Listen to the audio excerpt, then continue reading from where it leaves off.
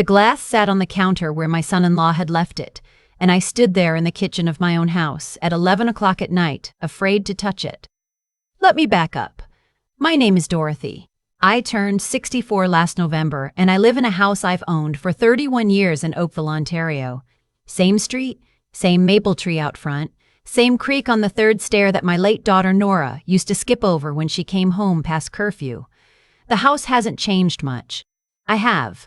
Nora died 4 years ago, ovarian cancer, stage 4, diagnosed in March and gone by August. She was 37. She had her father's laugh and my stubbornness, and she left behind a husband named Callum and a little boy named Theo, who was 6 at the time and is 10 now, and is started asking questions I don't know how to answer. Callum and I were never particularly close. Not unfriendly, just the kind of polite that exists between people who love the same person for very different reasons. After Nora died, we made an effort. For Theo's sake, mostly. He brought Theo over on Sundays. I made roast chicken because it was the one thing I knew Theo would eat without negotiating. We managed. About 18 months ago, Callum started bringing someone with him on those Sundays. Her name was Amber. She was 31, which I noticed only because Callum mentioned it once and then seemed to wish he hadn't. She worked in finance downtown Toronto. Bay Street, she said, with the particular tone people use when they want you to know it matters. She was pleasant enough, very put together. The kind of woman who notices when you've used the wrong fork and doesn't say anything, which is somehow worse than if she had. I told myself it was fine. Nora had been gone nearly 2 years by then. Callum was 41 and lonely, and that was allowed. I focused on Theo, who had started calling Amber by her name and not much else, and I kept making roast chicken on Sundays and tried not to think too hard about the shape things were taking. The dream happened on a Thursday in October. I don't usually remember my dreams. I wake up with feelings sometimes, a weight on my chest, or an unaccountable happiness, but rarely images. This was different. This was so clear it felt more like a memory than a dream, the way certain things from childhood are more vivid than anything that happened last week. Nora was sitting at my kitchen table, the one Leith had since she was 12, the round oak one with the water ring on the left side from a plant I used to keep there. She was wearing the blue cardigan she wore constantly in her last year, the soft one she said made her feel like being held. She looked healthy, not sick healthy, not the way she looked in those last months when healthy meant she'd managed to eat something, genuinely healthy, the way she looked at 30 before. She was looking at me very seriously. "Mom," she said, "don't drink the wine." That was it. No explanation, no context. Just those 5 words and her face, more serious than I'd seen it in years. I woke up at 3:47 in the morning. I know because I looked at the clock immediately, the way you do when a dream shakes you out of sleep all at once. My heart was going fast. I lay there in the dark for a long time telling myself it was grief. It was just grief doing what grief does, finding new shapes to come at you in. But I couldn't shake it. I got up and made tea and sat at the exact table from the dream and thought about Nora until it was light enough outside to feel less strange. Sunday came. Callum and Theo arrived at 1, and Amber came with them, which was becoming the usual thing. Callum had brought wine. He did this sometimes. It wasn't unusual. A bottle of Ontario Red, Niagara Peninsula. The kind of gesture that's friendly without being too familiar. He put it on the counter and said he'd open it later if I wanted. I looked at that bottle and thought about Nora's face. Icy lake as a shore, maybe later. We ate. Theo had 2 pieces of chicken and ate exactly 4 green beans, which I counted because it was progress. Amber talked about a renovation she and Callum were apparently planning. They were thinking about finishing the basement of Nora's house that Callum still lived in with Theo. And I kept my face very neutral and said it sounded like a nice project. After dinner, Callum opened the wine. He poured a glass for Amber and one for himself and set one in front of me. I picked it up, looked at it, set it back down. "I'm actually going to skip tonight," I said. "Bit of a headache starting?" Callum said, "Of course, no problem. Did I have Tylenol? All the normal things?" Amber smiled and said she hoped I felt better. Theo asked if he could have ice cream even though there were still green beans on his plate, and the moment passed. But I watched that glass for the rest of the evening. I'm not proud of that. It felt paranoid, honestly. The kind of thing that, if I told anyone, They would have looked at me with that specific concern people have for women my age who live alone and have been through a lot. So I didn't tell anyone, I just watched. Theo fell asleep on the couch around 8, which happened sometimes, and Callum carried him to the guest room. Another thing that had become usual, staying over when it got late. Amber went to bed shortly after. I told Callum I'd do the dishes and he offered to help, and I said no, go rest, it's fine, the way I always did. I was alone in the kitchen by 9:30. That's when I noticed the glass. Not my untouched glass of wine. Theo's juice glass, the one I'd refilled twice during dinner. It was sitting slightly apart from the others beside the sink, and there was something about the way it looked. I can't explain it properly, it sounds ridiculous when I try, that made me pick it up and look at it in the light above the sink. There was a faint residue around the inside of the rim, very faint. The kind of thing you'd wipe away without thinking if you were just doing dishes. I stood there for a long time. I told myself it was nothing. Residue from the juice, maybe? The glass was old. I was tired and sad, and I'd had a strange dream 4 days ago that I hadn't been able to let go of, and this was what happened when grief went on long enough. You started seeing things in juice glasses. I set the glass down, turned on the tap. Then I picked it up again and put it in a Ziploc bag from the drawer beside the stove. I don't know exactly why. Some part of me that was operating underneath the rational part, quieter and more certain. I put the bag at the back of the pantry behind the extra olive oil, washed my hands, and finished the dishes. I didn't sleep well that night. The next morning, after Callum and Theo and Amber had left and the house was mine again, I sat at the kitchen table and tried to think clearly. I'm not a suspicious person by nature. I spent 30 years as a school librarian. I believe in evidence. I believe in not jumping to conclusions and in charitable interpretations, and in the fact that most people, most of the time, are not doing anything sinister. I reminded myself of all of this, and then I thought about Callum. I thought about how, in the last 6 months or so, he'd started asking questions about the house. Casual questions. What's the property worth now? Have I thought about downsizing? There are some lovely condos opening up in Burlington. I'd answered them all without thinking much because they were reasonable questions and Callum was a reasonable person. I thought about a phone call I'd overheard 2 months ago when I'd stepped out to the back deck without him realizing. I hadn't caught much. He'd lowered his voice immediately when he heard the door. But I'd heard the end of it. We just have to be patient, he'd said. These things take time. I'd assumed he was talking about work. I thought about Nora's life insurance policy, the one she'd taken out when Theo was born. I was the named beneficiary. Nora had insisted on it, had said she wanted to make sure I was taken care of if anything happened. We'd talked about it only once, when she was first diagnosed, and she'd squeezed my hand and said it was already handled. Mom, don't worry about it. Just take care of Theo. I was still the beneficiary. I was fairly certain of that, but I found myself sitting at my kitchen table that Monday morning, not entirely certain. I drove to my lawyer's office that afternoon without calling ahead. Sheila. She's been my lawyer since before Nora was born. The kind of person who has known you long enough to say hard things directly, looked up from her desk when I came in and said, Dorothy. What's wrong? I told her about the dream. I told her about the grams. I told her I probably sounded unhinged, and she said I didn't. She'd heard stranger things in 30 years of family law, and could I bring her the glass? I brought her the glass the next morning. She had a contact. I won't get into all of it. The logistics of what happened over the following 2 weeks involved more phone calls and careful conversations than I have ever managed in my life, and Sheila handled most of it with a composure I will never stop being grateful for. What matters is that the residue on the glass was tested. It came back positive for a sedative compound, the kind that, in sufficient quantities, causes respiratory depression, the kind that, in a child Theo's size, could cause serious harm. I had to sit with that for a while. Theo. They had put something in Theo's glass, not mine. Not the wine Callum had poured for me.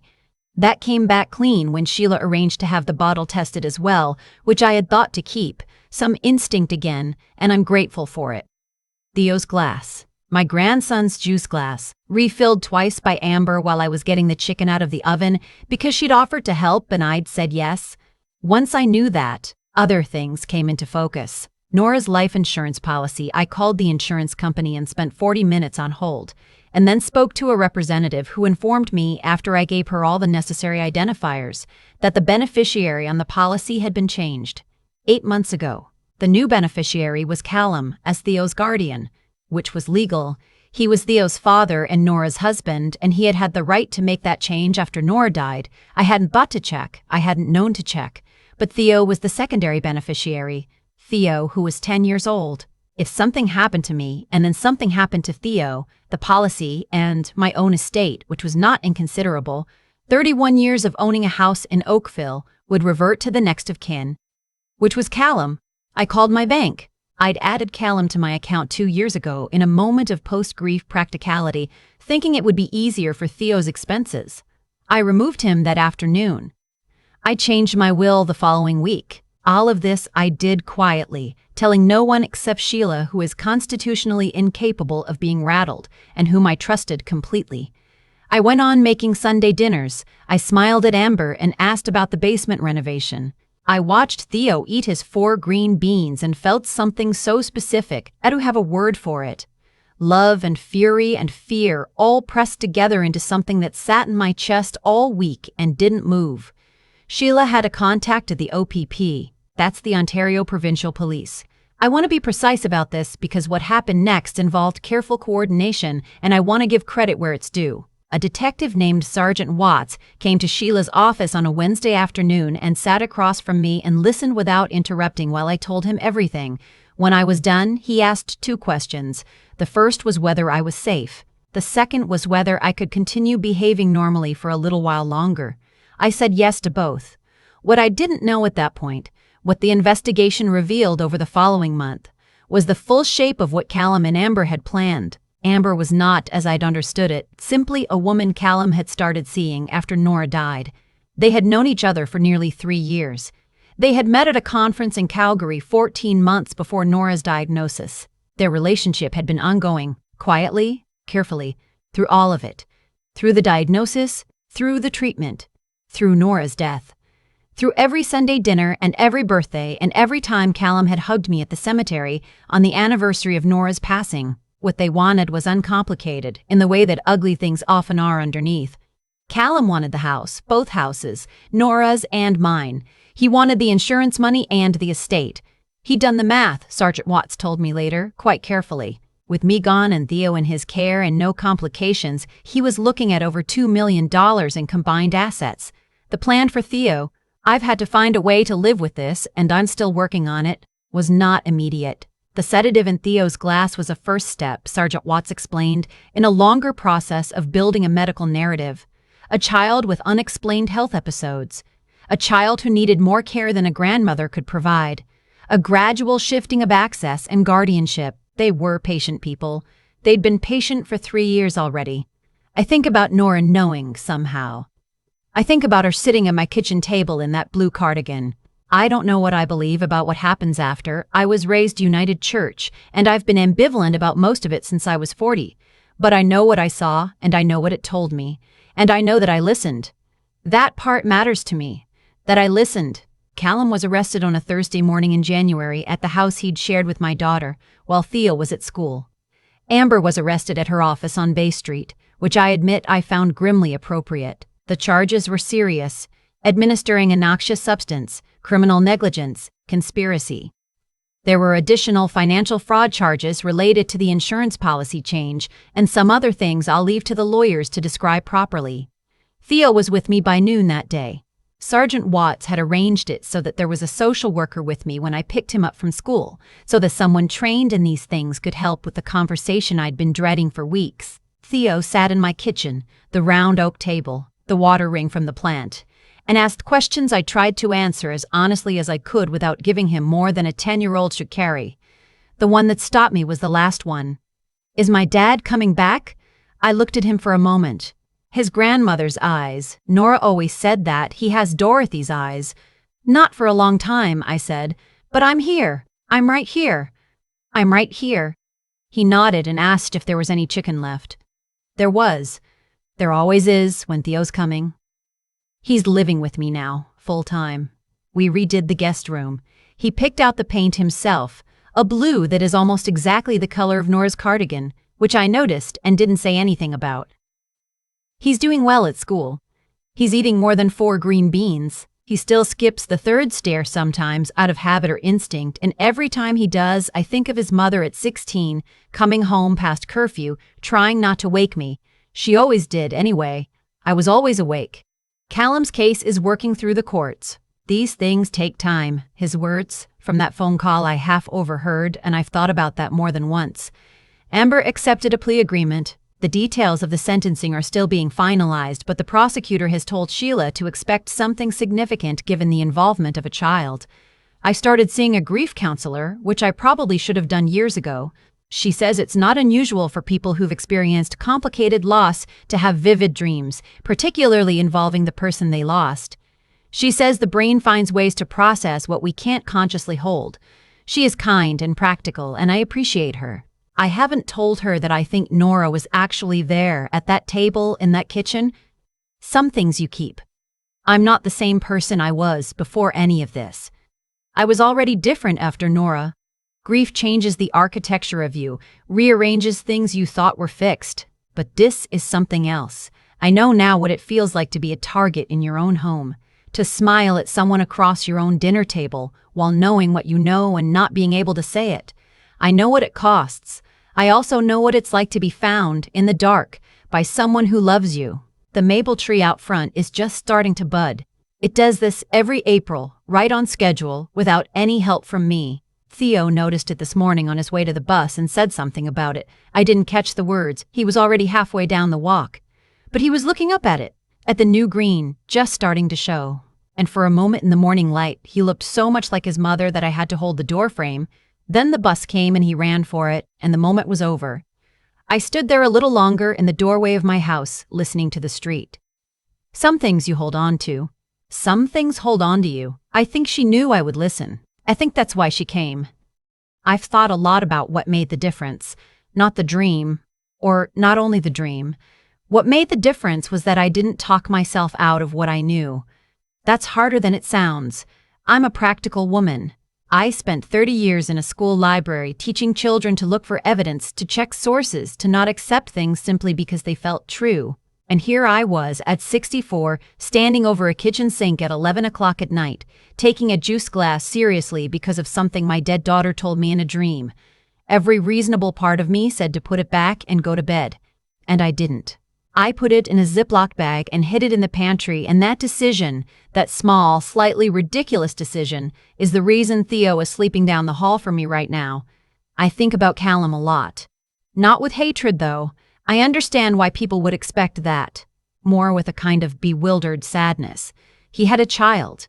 He had a son who adored him, who used to fall asleep on my couch waiting for him to finish the dishes. And he looked at that child and at me and at everything Nora left behind, and he chose to see an obstacle instead of a life. That's not a failure of circumstances. That's a failure of character, built quietly over years, one small compromise at a time, until the person he'd become was capable of things the person he started out as probably couldn't have imagined. I don't think people wake up one day and decide to be that. I think it happens gradually, the way a house settles. Small shifts, almost imperceptible, until one day you notice the door doesn't close right anymore, and you realize the foundation has been moving for years. What I've come to believe, after all of it, is that integrity isn't a thing you have. It's a thing you practice every day in small decisions nobody sees. Whether you tell the truth when a lie would be easier, whether you do the right thing when the wrong thing would cost you nothing, whether you see the people around you as people with their own weight and worth, or as pieces in something you're arranging for yourself. Callum failed those small tests for years before he failed the large one. That's how it works. And Theo? Theo is 10, and he's been through more than any child should be asked to carry. And I watch him every day choosing, without knowing he's choosing, who he's going to be. He skips the 3rd stair. He negotiates about green beans. He picked blue paint for his room and didn't know, or maybe did know somewhere underneath, that it was his mother's color. He is being shaped right now by what he sees and what he's shown, and that is the most serious responsibility I have ever held. So I try to show him what I can, that you pay attention, that you trust what you know even when it's inconvenient, that love is something you prove in ordinary moments. Sunday dinners and 4 green beans and staying awake, always when someone you care about needs you to be. Nora knew I was awake. I think that's why she came. The maple tree is budding. Theo noticed it this morning. Some things keep going, and that's not nothing. That's everything, actually, if you let yourself see it that way.